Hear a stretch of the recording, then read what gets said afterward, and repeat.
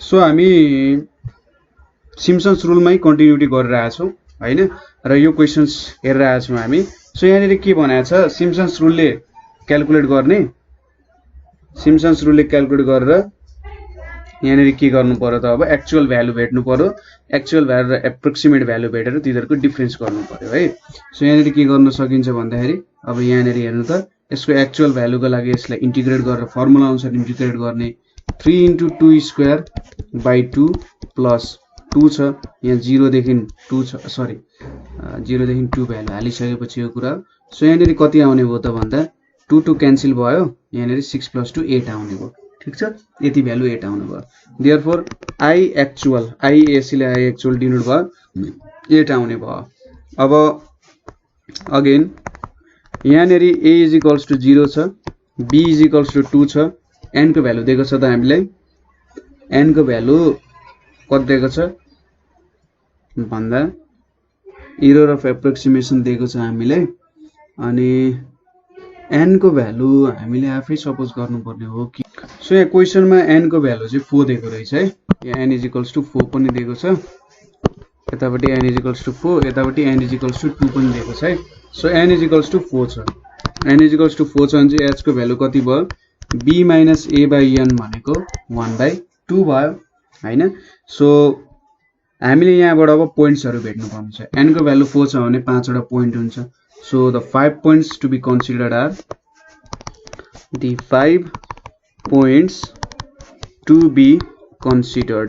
छ 5 points to be considered are के हो त x0 = 0 x1 = 0.5 हेर्नु त ठ्याक्कै 0.5 छ भने चाहिँ कुनै दुईटा पोइन्ट्सहरु बीच करेस्पोन्डिङ पोइन्ट्सहरु बीचको डिफरेन्स भनेको 0.5 x2 भनेको 1 x3 भनेको कति हुन्छ 1.5 र x4 भनेको कति हुन्छ 2 हुन्छ। ठ्याक्कै 5 वटा पोइन्ट्स हुनु पर्यो किनभने 4 वटा सब इन्टरभल छ।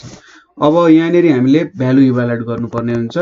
To evaluate the values of function हामीले के गर्छौं x यहाँ राख्यौं यतापट्टि fx भयो। सो x भनेको चाहिँ 0 0.5 1 1.5 र 2 छ। अब 0 भनेपछि यहाँ 1 आउने भयो 0.5 भनेपछि 2.5 1 भनेपछि 4 1.5 भनेपछि 5.5 र 7 हुने भयो। ठीक छ अब यति क्याल्कुलेट गरेपछि सिम्पसन्स रुल लाउन सक्छौं। सो युजिङ सिम्पसन्स रुल ठीक छ सिम्पसन्स रुल एप्लाई गरिसकेपछि हामीले के पाउँछौं यहाँनेरि I = 0 to 2 3x + 1 dx भने के हुन्छ h/3 यहाँनेरि fx0 + 4 fx1 + 2 अनि यहाँनेरि fx2 + 4 fx3 + fx4 हुन्छ। सो h भनेको कति छ त 0.5 छ। सो 0.5/3 fx0 भनेको 1 4 * 2.5 + 2 * 4 + 4 * 5.5 + 7 हुन्छ।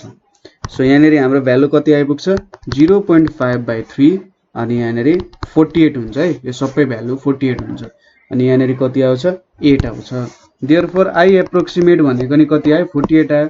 सो एरर भनेको के हुन्छ त एरर भनेको चाहिँ आई एप्रोक्सिमेट - आई एसीटी लेखेको छु मैले आईएसी आई एक्चुअल को डिफरेन्स को मोडुलस ताकि पोजिटिभ भ्यालु देखियोस्। सो 8 - 8 भनेको 0 आयो। सो एक्ज्याक्ट भ्यालु नै आएछ है हाम्रो एरर 0 आयो भनेपछि। अब नेक्स्ट क्वेशन के छ भने हाम्रो e⁻⁻x² को छ। सो यहाँनेरि क्वेशन नम्बर बी भनेको 0 to 1 e⁻⁻x² dx र n को भ्यालु 2 छ। सो यहाँनेरि हामीले a = 0 छ b = 1 छ नम्बर अफ सब इन्टरभल्स 2 छ भने चाहिँ h को भ्यालु के हुने भयो b - a/n भनेको 1 - 0/2 भनेको 1/2 भनेको 0.5। अब n को भ्यालु 2 छ भने 3 वटा पोइन्ट हुन्छ। So 3 points to be considered ठीक छ 3 points to be considered are के हो त x0 = 0 x1 भनेको 0.5 र x2 भनेको 1 हुन्छ। ठीक छ 0 to 1 सम्म पुग्यो।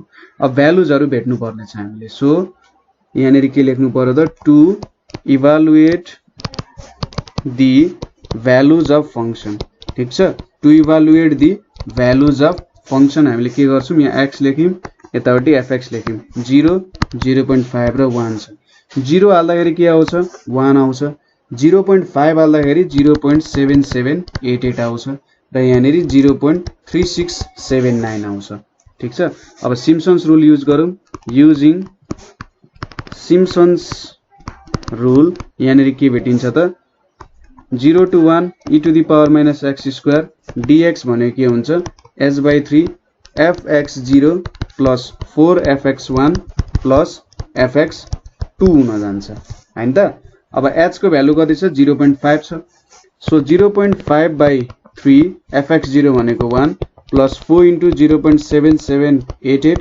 plus 0.3679 अब यहाँनेरि हाम्रो भ्यालु कति आउने रहेछ यति क्याल्कुलेट गरिसकेपछि 0.5/3 into यहाँनेरि 4.4831 is equals to 0.7472 आउँछ ठीक छ सजिलो छ अब त्यसपछि यो भनेको हाम्रो I approximate को भ्यालु भयो therefore अब फर एक्चुअल भ्यालु को लागि के गर्नु पर्यो 0 to 1 e को power minus x square dx छ हैन सो अब यसलाई हामीले क्याल्कुलेट गर्नु पर्यो तर यसलाई क्याल्कुलेट गर्नको लागि हामीलाई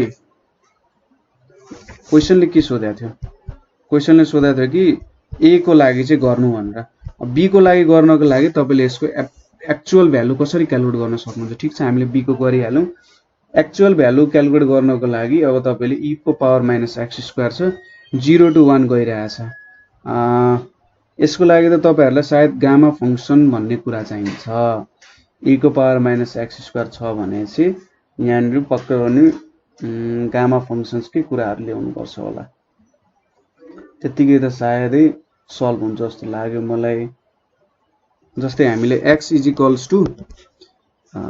t स्क्वायर गर्यौं भने dx भनेको 2t dt हुन्छ हैन सो के हुने रहेछ त 0 to 1 e को पावर माइनस t को पावर 4 2t dt हुन्छ अब यहाँनेरि यसलाई तपाईहरुले ठ्याक्कै डिफरेन्शिएट गर्न सक्नु हुँदैन सो सायद त्यही भएर नदिएको होला है यसको एक्चुअल भ्यालु क्याल्कुलेट गर्न चाहिँ हामीले गामा फंक्सनकै कुराहरु युज गर्नुपर्ने हुन्छ यहाँनेरि गामा फंक्सन हामीले पढेको हुँदैन है सो गामा फंक्सन त सायद यहाँनेरि हामी पढ्दैनौं यो ब्याचलरको कोर्स देखि सुरु हुने होला हैन गामा फंक्सन त सायद क्लास 12 मा त छैन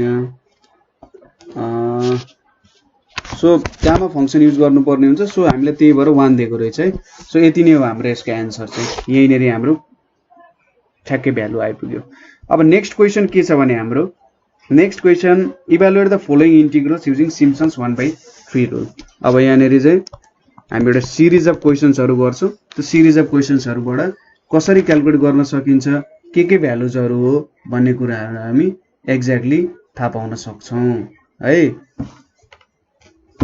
सो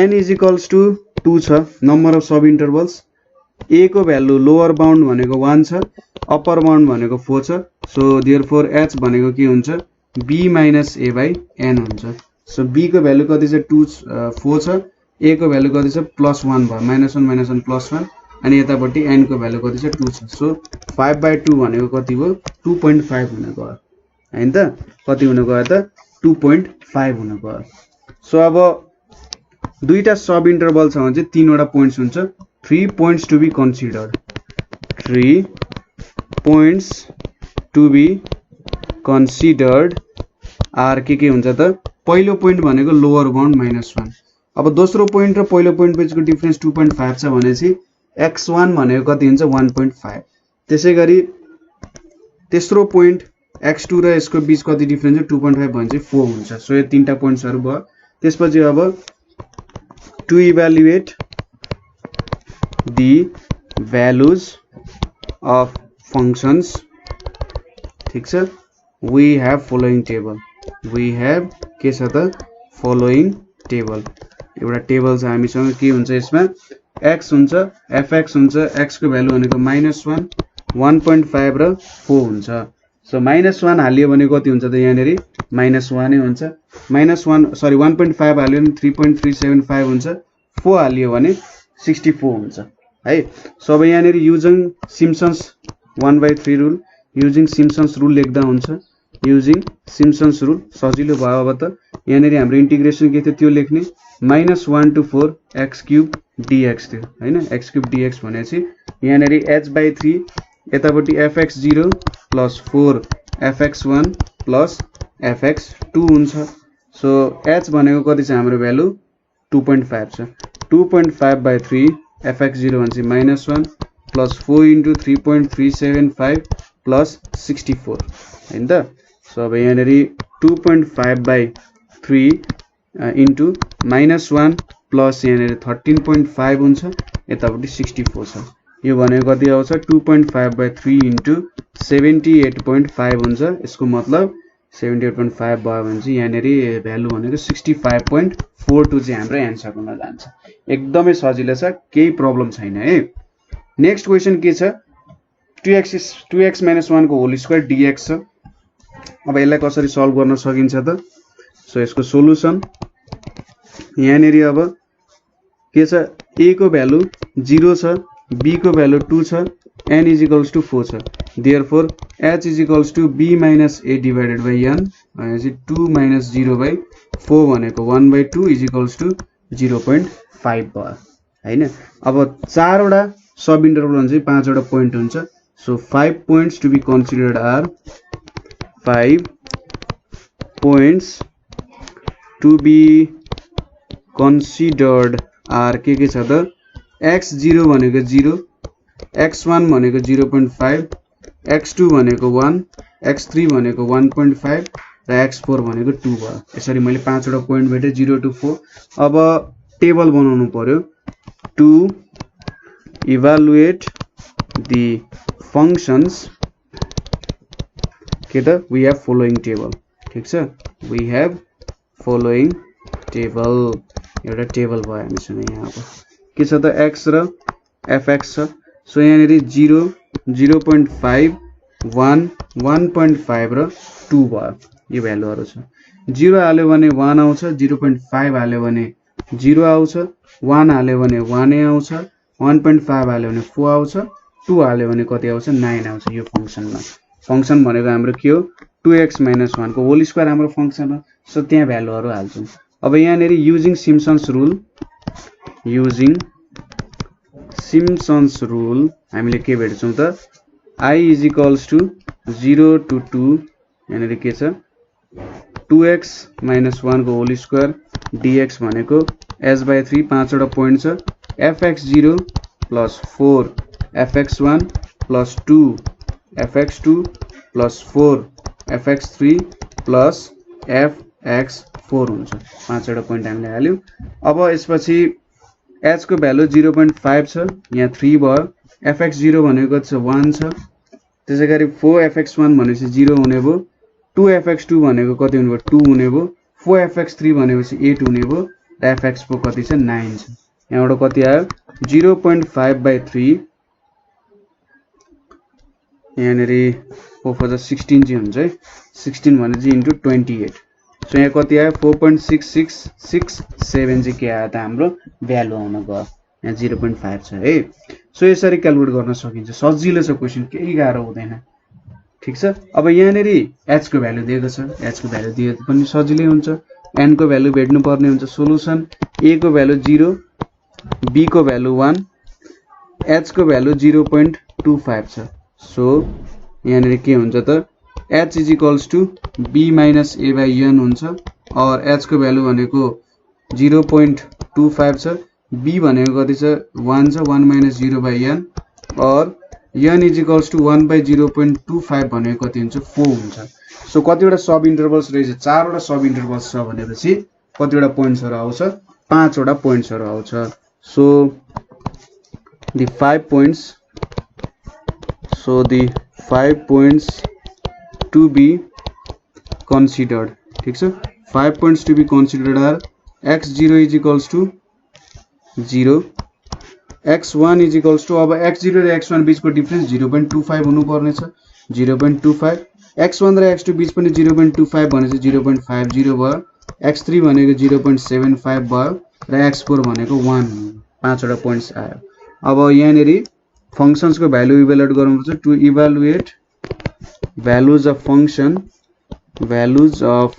फंक्शन के छ त वी हैव फलोइङ टेबल ठीक छ यो ल्याङ्ग्वेज चाहिँ लेख्न छुटाउनु भएन है मैले लेखेको ल्याङ्ग्वेजहरु चाहिँ छुटाउनु भएन सो x fx x को भ्यालु 0 0.25 0.50 0.75 र 1 छ अब यहाँनेरि हामीले भ्यालुजहरु हाल्दै जाने हो भने fx भनेको के छ हाम्रो रुट अन्डर 1 + 2x² त्यसमा भ्यालुज हाल्दै जाने 1.0606 1.2247 यतापटि 1.4577 र लास्टमा कति छ 1.732 छ ठीक छ अब सिम्पसन्स रुल युज गर्नु पर्यो युजिङ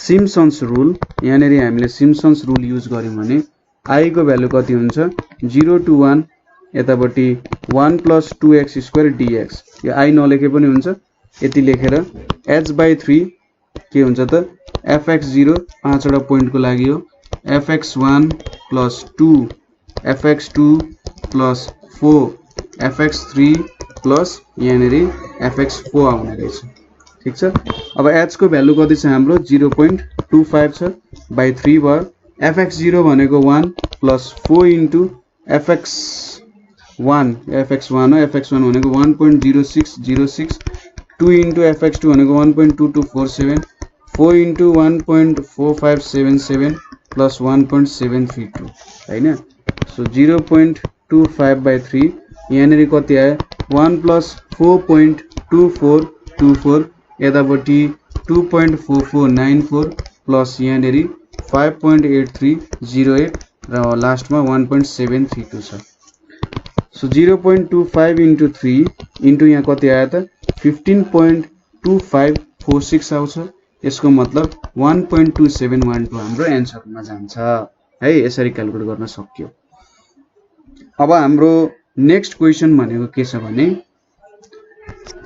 ठीक छ रुट अन्डर 1/1 + x² n = 4 छ ठीक छ सो यसको सोलुसनमा a को भ्यालु लोअर बाउन्ड 0 छ अप्पर बाउन्ड 1 छ नम्बर अफ सब इन्टरभल्स 4 छ म्हणजे therefore h = b - a by n हुन्छ 1 - 0/4 = 1/4 आयो अथवा 0.25 आयो हैन सो 4 वटा सब इन्टरभल्स हुन्छ 5 वटा points 5 points to be considered ठीक छ 5 points to be considered are के हो त x0 = 0 x1 = 0.25 x2 = 0.5 x3 = 0.75 र x4 भनेको 1 हुन्छ अब to evaluate the values of function ठीक छ to evaluate the values of function we have following table ठीक छ हामीसँग एउटा टेबल छ we have following table के छ त यो टेबलमा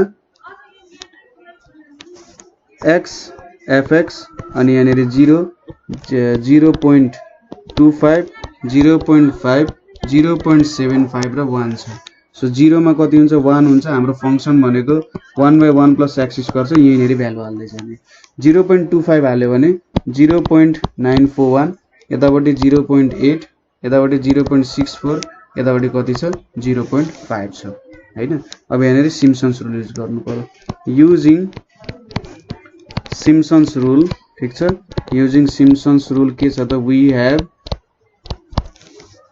I = 0 to 1 1/1 + x² dx छ ठीक छ h/3 5 वटा पोइन्ट छ so fx0 + 4 fx1 + 2 fx2 + 4 fx3 plus यहाँनेरि लास्टमा fx4 हुने हो सो अब h को भ्यालु कति छ 0.25 छ 0.25/3 fx0 भनेको 1 + 4 * 0.941 + 2 * 0.8 + 4 * 0.64 + 0.5 हुने हो हैन त अब यहाँनेरि भ्यालुजहरु क्याल्कुलेट गरौँ के हुन्छ त 0.25/3 1 + 3.764 + 1.6 + 2.56 + 0.5 छ अनि यहाँनेरि 0.25/3 इन्टु 9.424 भयो, यो भनेको